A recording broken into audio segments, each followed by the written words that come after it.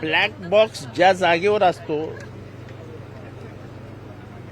तो विमानाचा जो भाग आहे तो जशाच्या तसा होता.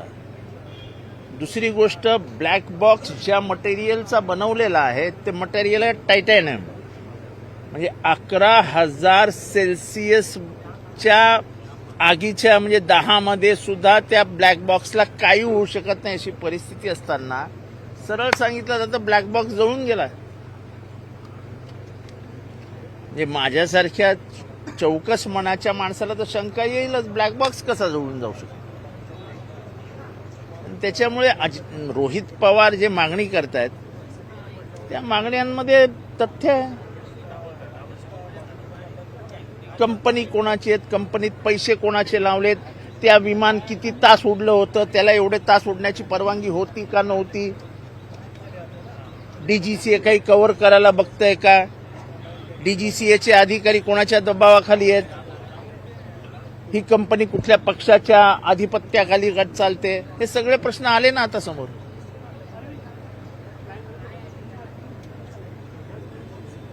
पण सर, या सगळ्या संदर्भात अजून देखील प्राथमिक चौकशी अहवाल जो आहे तो समोर येत नाहीये, त्यामुळे प्रश्नचिन्ह निर्माण होतं. जेवढा चौकशीला उशीर करतील, जेवढा चौकशी लांबवतील, जेवढ्या या खोट्या नाट्या गोष्टी सांगतील की ब्लॅक बॉक्स जळून गेला, तेवढ्या संशयाला वाव मिळण्याला जागा निर्माण होत आहेत. काल मुख्यमंत्री असं म्हटले की अनेक जण शंका उपस्थित जरी करत असले तर तुमच्याकडे काही ठोस पुरावे किंवा काही असतील. असं आहे की ब्लॅक बॉक्स जळून गेला ही माझी सर्वात मोठी शंका आहे.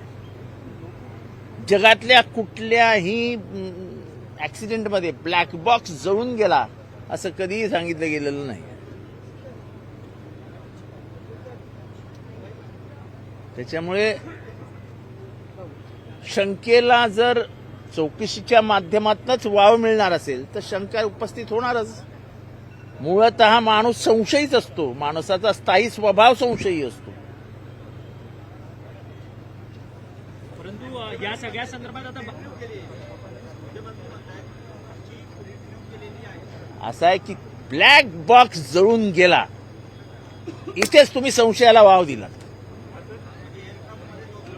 अरे ते भागच तसाचे तसा आहे. ब्लॅक बॉक्स ज्या ठिकाणी ठेवला जातो तो भाग त्या विमानाचा जशाच्या तसा त्या ऍक्सिडेंटच्या जागेवर पडलेला होता.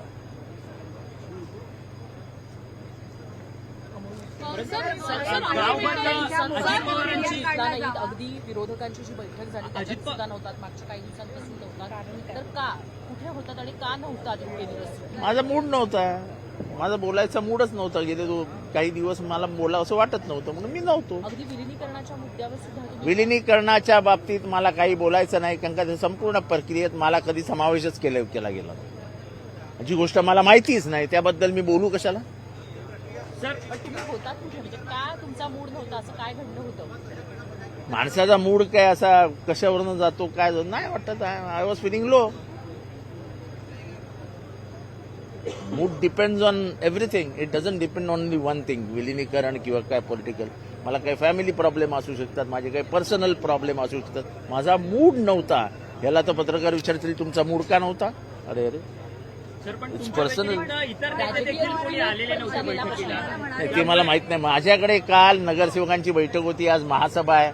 विरोधी पक्ष नेता कोणाला करायचा, समित्या कोणाला द्यायच्या, ह्याच्यासाठी बैठका होत्या आणि त्या बैठका मला टाळता येत नव्हत्या, कारण का नंतर नाराजीचा सूर पसरतो.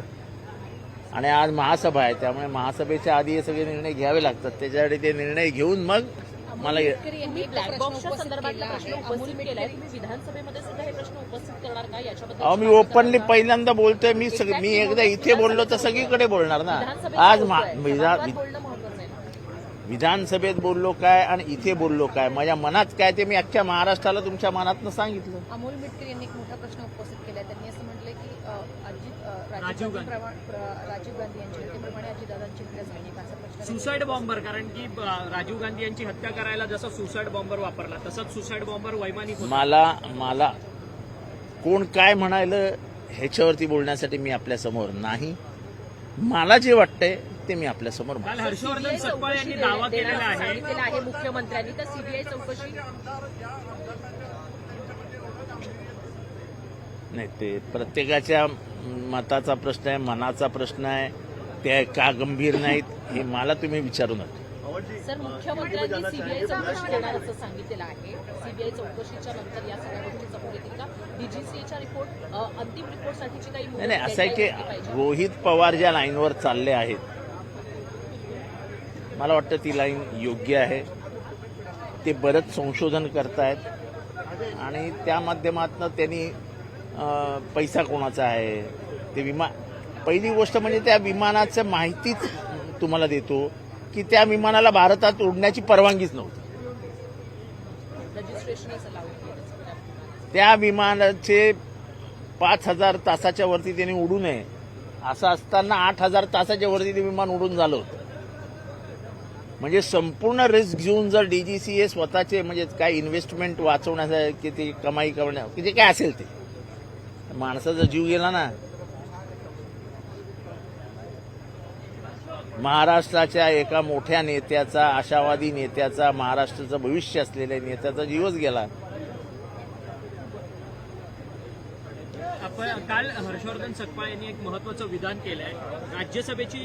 राज्यसभेची जी जागा आहे ती काँग्रेस घेईल आणि युबीटीने खरं तर विधान परिषदेची जागा घ्यावी अशा पद्धतीचा दावा हर्षवर्धन सकपाळ यांनी केलाय.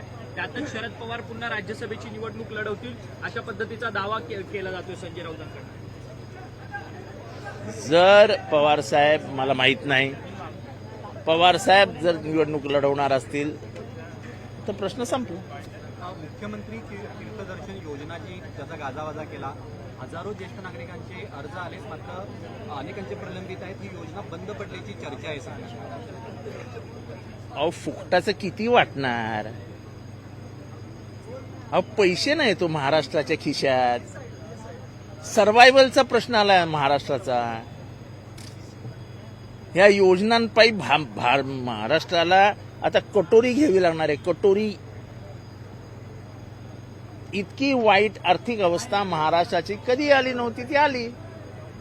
आता अजून काय वाईट तुम्हाला पाहिजे? आता आपल्या सगळ्यांना तर तीर्थदर्शनाला जावं लागेल अशी परिस्थिती आहे. सर, महाविकास आघाडीमध्ये राष्ट्रवादी काँग्रेस शरद महाराष्ट्र पवार पक्ष बाहेर आहे का? कारण की महाविकास आघाडीमधला आम्ही प्रमुख घटक पक्ष आहोत. आम्ही निवडणुका एकत्र लढवल्या आहेत. जिल्हा परिषदेला आम्ही एकत्र होतो. महानगरपालिकेत मी स्वतः त्यांच्याबरोबर चर्चा करून ठाण्यामध्ये, मुंबईमध्ये एकत्र होतो. आम्ही निवडणुका एकत्र लढलेलो आहोत आणि महाविकास आघाडी ह्याच्या पुढेही एक असेल. राज्यसभेच्या जागेवरतून राष्ट्रवादीला विचारलं का जात नाही? कारण की परस्पर हर्षवर्धन सकपाळ म्हणतात की राज्यसभा आम्ही घेणार काँग्रेस आणि विधान परिषद उद्धव ठाकरे घेतील. अच्छा, ते 2 नंबरचा, पहिले 1 नंबरचा पक्ष शिवसेना आहे, 2 नंबरचा पक्ष काँग्रेस आहे आणि 3 नंबरवर आम्ही आहे. त्याच्यामुळे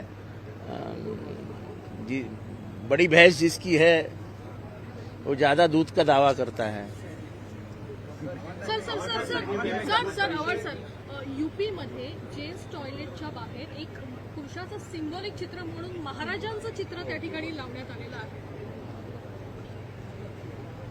यूपी मध्ये माफी मागायला पाहिजे महाराजांचे, म्हणजे शिवाजी महाराजांचे. एवढा मोठा अपमान तर महाराजांचा. ते म्हणतील ते असंच. महिलेच्या बाजूला राणी पद्मावती आणि पुरुषांच्या इथे महाराजांचा लावण्यात आलं. अशा प्रकारे महाराज त्यांना माफ करा एवढंच म्हणू शकतो. आता काय बोलायचं? पण महापुरुषांची अशी विटंबना वारंवार होताना बघायला मिळते आणि ही मुद्दामून केली जाते. भाजपच्या काही मंडळींकडनं महाराजांची विटंबना वारंवार मुद्दामून केली जाते.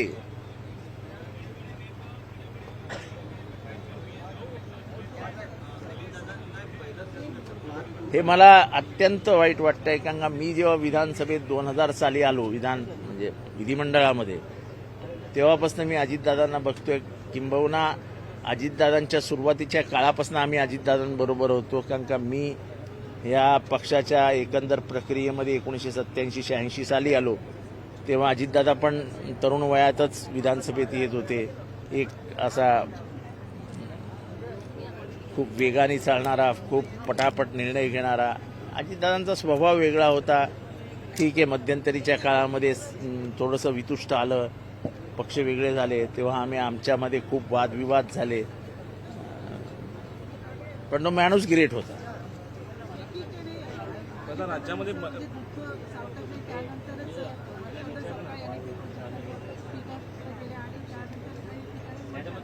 काय काय काय टिपू सुलतानवरती त्यांनी केलं म्हणजे टिपू सुलतान कसे आहे शिवाजी महाराजांच्या बरोबरचे आहे कोण?